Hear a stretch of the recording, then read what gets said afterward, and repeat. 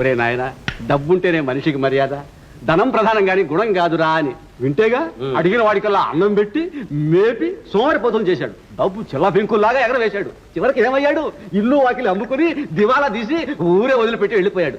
ఇంతకీ వాడు మనవాడు గనక. వాట్? మీవాడు? మీకు కావలసిన వాడు బీదాబికి అన్నం పెట్టాడా? అంత దగ్గర వాడు కాదనుకోండి, ఏదో దూరప చుట్ట రకం. ఓ అదే కదా, మీ నీడ తగిలిన వాడు కూడా చేయడే అట్లాంటి పని. ఏమోనండి, ఈ బంధుత్వాలు కులాలు మతాలు నాకు ఏ గిట్టవు. వాట్? ఇండియాలో పుట్టి పెరిగిన మీరు కులాలు జాతులు లేవంటారా?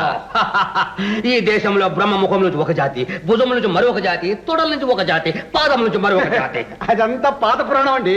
నా ఉద్దేశంలో రెండే జాతులు, డబ్బు ఉన్నవాడు, డబ్బు లేనివాడు. గుడ్ కోటాయ్, గుడ్.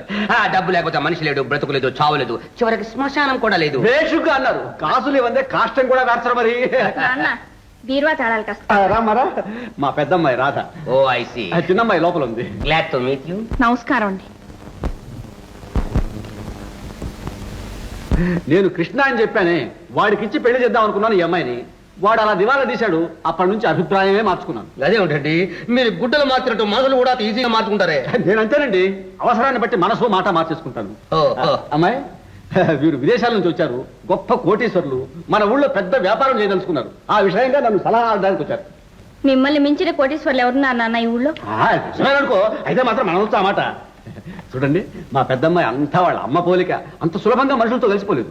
కలిస్తే అంత సులభంగా విడిపోతుంది అనుకుంటాను కూడా. అంతేగా ఆడపిల్ల అలాగా